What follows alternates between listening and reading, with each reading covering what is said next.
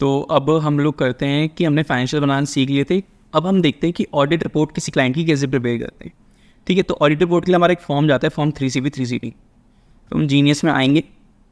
ठीक है, genius open कर लिया हमने इस क्लाइंट की सारी डिटेल्स फिल कर ली, इसके ITR प्रिपेयर कर लिया हमने पहले। फिर उसके बाद यहाँ पर जाएंगे हम बैलेंस शीट 3CD, इसको ओपन करेंगे। 1 ईयर ये डेटा 2 ईयर डेटा सेलेक्ट कर लो आप, कोई इसमें नहीं है। फिर ये फॉर्म है 3CP 3CD, हम लोग इससे फिल करते हैं जब हम किसी क्लाइंट के लिए ऑडिट रिपोर्ट फाइल करते हैं। तो यहाँ पर सारी डिटेल आती है बेसिक की, I have examined this balance sheet 31 March 23 and the profit and loss for the period. ठीक है, और अटैच हेयर विथ। तो इसमें सारी डिटेल्स आती हैं जो नॉर्मल डिटेल आप लोग देख लेंगे कि डिस्ट्रिक्ट क्या है, कोलकाता, ये सारी एरिया लोकेलिटी, ये सारी चीज़ें फिल कर लेना। इसमें आपकी सारी डिटेल्स जाती हैं ब्रांचेस की। नॉर्मली जो हम FNO के केसेस में ऑडिट रिपोर्ट प्रिपेयर करते हैं उसमें ब्रांचेस 0 ही जाती है। ठीक है, कोई अगर डिस्टर्बेंसेस कमेंट है वो इधर डाल देते हैं। ठीक है, अदरवाइज फिर इधर आते हैं फॉर्म में। फिर अब ये यहाँ पर इंपॉर्टेंट है कि ये चीज़ हमें प्रॉफिट है हो रहा है, इसका लॉस हो रहा है। ठीक है, इस क्लाइंट का लॉस हो रहा है। ठीक है, मैं आपको दिखा भी देता हूँ, ये देखिए इसके फाइनेंशियल्स, ये देखिए बाय नेट लॉस, तो इसलिए नेट लॉस, इसलिए यहाँ पे नेट लॉस या लॉस कंसिडर करेंगे। फिर उसके बाद पेज 3 पे आएंगे, 3 of 3 में यहाँ पर कोई क्वालिफिकेशन है तो डाल देंगे, अगर नहीं है तो फिर जो प्लेस है वहाँ की डाल देंगे, जो डेट हम प्रिपेयर कर रहे हैं उस डेट का डाल देंगे इधर। तो डिटेल डाल दी। अब कोई भी पेज आपने कंप्लीट कर लिया ना, तो आपका सबसे पहले काम होगा उसे वैलिडेट करना। जब ये वैलिडेशन सक्सीड हो जाए फिर उसके बाद इसका काम है सेव करना। फिर उसको सेव कर लिया ना हमने, उसके बाद हम लोग जाएंगे नेक्स्ट पेज पे। ठीक है, नेक्स्ट पेज कहाँ से आपको इधर दिखेगा नेक्स्ट पेज, ये देखो।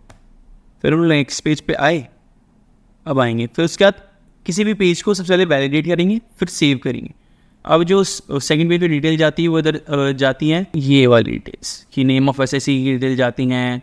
अगर उसकी किसी और एसएससी लायबल टू पे इनडायरेक्ट टैक्सेस, आपको एक बार जब आप पहली बार करोगे ना किसी चीज़ को, तो आप ये पूरी डिटेल में पढ़ लेना कि ये मांग क्या रहा है। ठीक है, ताकि नेक्स्ट टाइम आप जब करो तो आपको समझ में आए कि एटलीस्ट ये मांग क्या है। ठीक है, अब जैसे indicate the relevant clause of 44AB under which the audit has been conducted. ठीक है, अब ये हमें बताना पड़ेगा। तो हम लोग जो टर्नओवर सेलेक्ट करते हैं ना क्लाइंट्स के लिए, अरे यहाँ पर एनेक्जर का ऑप्शन आता है यार, यहाँ पर रेलिवेंट क्लॉज सेलेक्ट करना पड़ता है। वैसे 44AB है जिसमें टर्नओवर एक्सीड करती है स्पेसिफाइड लिमिट की। ठीक है, आपको यहाँ पर ना इसके साइड में यहाँ पर ऑप्शन आता है, इसमें शायद कुछ विंडोज़ या उसका इशू आ रहा है साइज़ का, डिस्प्ले साइड का, तो इसलिए यहाँ पर ऑप्शन इसके एंड में आता है। तो आप लोग जब करोगे यहाँ पर आएगा प्लस का साइन आएगा, आपको प्लस के साइन पे क्लिक करना है और यहाँ पर सेक्शन चूज़ करना है, turnover exceed specified limit 44AB ए करके। ठीक है, तो सेलेक्ट करेंगे। फिर उसके बाद हम इसे वैलिडेट करेंगे। वैलिडेट अभी कह रहे हैं प्लीज़ फिल डेटा इन 4। तो अब यहाँ पर जब हम डिटेल डालेंगे तो इसमें कुछ साइजिंग का इशू आ रहा है, अदरवाइज़ ये शॉर्ट हो जाता है इधर। ठीक है, हम एक बार जीनियस ओपन करके क्लोज, ये देखो इंजन का आ गया। तो येस, क्योंकि यहाँ पर ना ये देख रहे हो यहाँ पर हल्का सा डॉट, ये मैंने क्लिक करा अभी।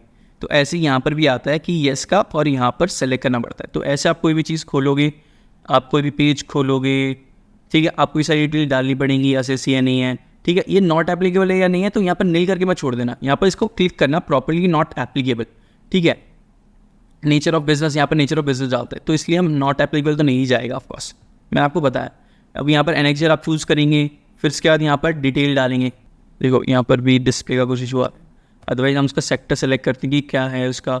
ज़्यादातर के लिए हम लोग जो सेलेक्ट करते हैं ना वो अदर प्रोफेशन करते हैं, बट ये देखो फाइनेंशियल इंटरमीडिएरीज करके एक आता है जिसके अंदर हम लोग फिर ये sector share of income from form, share of income from हमने फाइनेंशियल इंटरमीडिएट इन्वेस्टमेंट एक्टिविटीज़ के नाम से हम लोग सर्च करते हैं। वैसे तो फाइनेंशियल इंटरमीडिएशन सर्विसेज सब सेक्टर में हम लोग सेलेक्ट करते हैं जो FNO के लिए। इसमें इन्वेस्टमेंट एक्टिविटीज़ से रिलेटेड एक है, ये हम लोग ये सेलेक्ट करते हैं 130104। ठीक है, फिर इसको हम सेव कर देंगे, फिर वैलिडेट करेंगे। Invalid business clause in clause 10A। ठीक है, यहाँ पर ये ऊपर वाला जो हमने आ गया ना, इसको डिलीट करना पड़ेगा आपको, तभी ये हट जाएगा। मैं इसे डिलीट करने की कोशिश करता हूँ कि अगर हो गया तो ठीक है, हो गया। अब मैं इसे बैक करूँगा ना और वैलिडेट करूँगा तो ये कह रहा है कि आपको ये डिटेल बता देगा। आपने जो डिटेल फिल नहीं करी ना अगर कुछ, तो ये आपको सीधा बता देगा कि आप ये करो। अब इज देयर नेचर चेंज, नहीं कोई चेंज नहीं हुआ है, तो नो पे क्लिक करूँगा। तो नो कर दिया यहाँ पे, इसे वैलिडेट कर देंगे, वैलिडेशन सक्सीड, ठीक है। फिर हम सेव कर देंगे इसे। फिर ऐसे ही हमें सारे पेजेस पे जाना पड़ेगा, डिटेल्स देखनी पड़ेंगी, कौन कौन से उसके लिए एप्लीकेबल है, क्लाइंट के लिए कौन से नहीं है। मेथड ऑफ अकाउंटिंग में हम लोग मर्केंटाइल सिस्टम सेलेक्ट करते हैं। मर्केंटाइल सिस्टम कैश सिस्टम क्या होता है ये आपको खुद पढ़ना पड़ेगा, ठीक है। तो ये सारी डिटेल आप पढ़ना हर पेज के साथ। पेज बस ये ध्यान रखना, जब आप पेज से बढ़ो तो आप सबसे पहले उसे वैलिडेट करो और सेव करो, उसके बाद ही नेक्स्ट पेज पे जाओ। फिर 6 पे आओ, 7 पे, ऐसे ना डिटेल जाएंगे। अब देखो यहाँ पर लैंड और बिल्डिंग बोथ ट्रांसफर्ड, तो क्या क्या सिनेरियोज होते हैं ना, डेप्रिसिएशन अलाउबल इनकम टैक्स के हिसाब से यहाँ पर पूरा डेप्रिसिएशन का रेट जाएगा, पूरी डिटेल्स जाएंगी अगर कोई डेप्रिसिएशन लग रहा है। फिर उसके आधी सारी डिटेल्स मांगता है, इसमें बेसिकली पूरा डिटेल फॉर्म है। यहाँ पर ना एक एक चीज़ डिटेल मांग लेता है आपसे, ठीक है, कि आपका कैरी फॉरवर्ड लॉस कितना हो रहा है, कोई प्रॉफिट हुआ है, ऑडिट रिपोर्ट है भाई, ऑडिट कर रहा है कोई बंदा, इंपॉर्टेंट तो है। गलती से भी किसी अमाउंट में दिक्कत मत कर देना कि आपने कैरी फॉरवर्ड लॉस था कम कर दिया, बेचारे क्लाइंट को दिक्कत हो जाएगी यार उसमें। ध्यान से भरना सारे फॉर्म, किसी फॉर्म पेज पे बढ़ने से पहले valid details of brought forward loss यहाँ से इंपोर्ट कर सकते हो आप। आपके आइटम में क्या हुआ है तो यहाँ से इंपोर्ट हो जाना चाहिए, जो कि इसके केस में हो गया है, ठीक है। डिटेल्स हैं तो ऐसे ही सारी डिटेल डाल दी। अब यहाँ पर ऑर्डर नंबर और डेट आएगा, आपको एनेक्सर में जाना पड़ेगा, एज पर एनेक्सर कर देना इसे।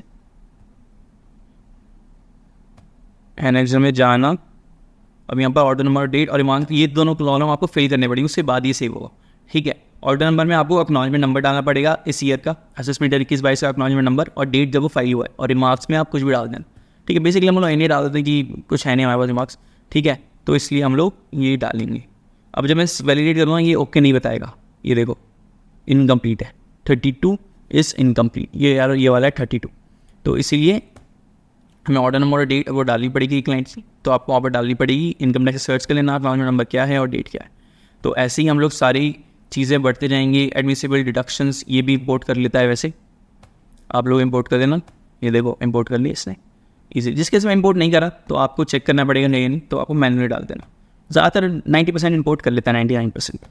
तो सारी डिटेल्स डालनी है आपको, फिल करनी है। फिर 20 यहाँ पर देखो 2 साल की जाती है कि टर्नओवर कितनी, ग्रॉस प्रॉफिट कितना है, ठीक है। अब ग्रॉस प्रॉफिट है, आपका लॉस हो रखा है, तो आप ये पे माइनस में फिगर डालोगे, जो भी फिगर डालोगे, ठीक है। ये नहीं कि आप छोड़ दो लॉस है तो फिर हम उसको भी प्रॉफिट में ही डाल देंगे, माइनस करके आपको दिखाना पड़ेगा इतना लॉस हो रहा है, ठीक है। तो उस हिसाब से कैलकुलेट होता है टर्नओवर, और लास्ट ईयर की भी डिटेल डालनी पड़ती है। और लास्ट जो हम पेज पर आए ना 21 पेज पे, वहाँ पर डिटेल्स जाती हैं, सेलेक्ट ऑडिटर होता है, यहाँ पर हम सर को सेलेक्ट करते हैं, प्रीवियस ईयर से ज़्यादातर रिपोर्ट का ऑप्शन आता है, आप देखो अपडेट कर दिया है मैंने, कर देंगे। फिर उसका जनरेट यूडिन करेंगे, यूडिन जनरेट यहाँ से नहीं होगा, आपको पोर्टल पे जाना पड़ेगा, उसके लिए आप यहाँ पर जाएंगे, यूडिन सर्च करेंगे, ठीक है। फिर उसका लॉगिन करेंगे, आईडी पासवर्ड आपको मिल जाएगा, उसकी टेंशन मत लेना, लॉगिन कर लेना। इंश्योरेंस में टाइप ऑफ ऑडिट, तो यहाँ पर हम लोग सेलेक्ट करेंगे टैक्स ऑडिट का ऑप्शन है,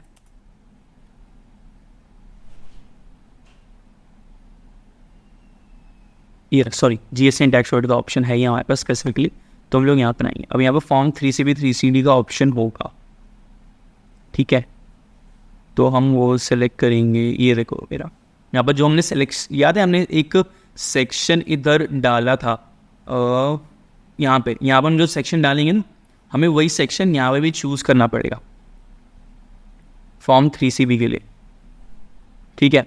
जो भी हम उधर चूज़ करेंगे, कहाँ गया, हाँ इधर 41 ये भी रहता है बेसिकली टर्नओवर एक्सीड, फिर हमें उसकी टर्नओवर डालनी पड़ेगी, नेट प्रॉफिट डालना पड़ेगा। याद रखना यूडिन एक बार जनरेट हो गया उसको रिवोक मत करने देना, ठीक है। अगर रिवोक करोगे तो फिर बहुत बड़ी दिक्कत हो जाती है, ठीक है।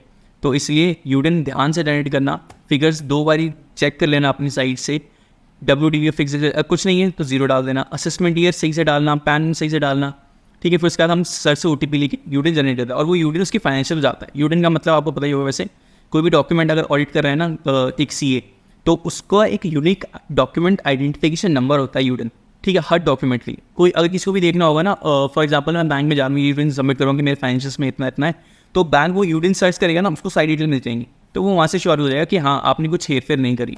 तो ऐसे आप यूडिन जनरेट कर लेंगे, फिर यूडिन पेस्ट कर देंगे इधर लास्ट पेज में आके। यूडिन पेस्ट करने के बाद आपका ऑडिट रिपोर्ट वैलिडेट कर लेना, वैलिडेट, देखो अभी एरर बताएगा कि मैं ये डिटेल नहीं डाली है। हालांकि जब आप प्रॉपर्ली फिल कर लोगे एन और डिटेल्स का तो नहीं होगा। तो इस ऐसे बनती है हमारी ऑडिट रिपोर्ट। फिर उसके बाद हम लोग इसका जनरेट कर लेते हैं XML यहाँ से, बीजी से, जीनियस से ही जनरेशन करके फिर हम पोर्टल पे अपलोड कर देते हैं। तो ये रहता है प्रोसेस, हम ऑडिट रिपोर्ट बनाते कैसे और यूटिलाइजेशन कैसे करते हैं।